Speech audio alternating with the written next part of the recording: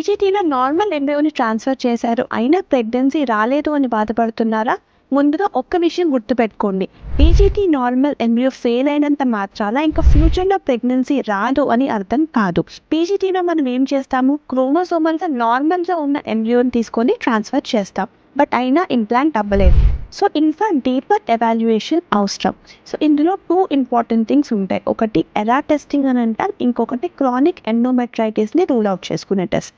So ఈ ఎరాలో ఏం చేస్తారు అంటే గర్భసంచి పొరను తీసి టెస్ట్కి పంపిస్తాము, అండ్ ఆ టైంలో గర్భసంచికి ఎంబ్రియోని తీసుకునే శక్తి ఉందా లేదా, విండో ఆఫ్ ఇంప్లాంటేషన్ని చూస్తాం. సో ఆ టైమింగ్ని చెప్పే test ERA. So second test chronic ఎండోమెట్రైటిస్ని రూల్ అవుట్ చేసుకోవడం. సో ఇది ఒక డీపర్ ఇన్ఫెక్షన్ అనేది ఉంటుంది గర్భసంచి లోపల లైనింగ్లో. సో ఇది నార్మల్ రొటీన్లా స్కాన్లో కానీ హిస్టోస్కోపీలో కానీ కనిపించదు.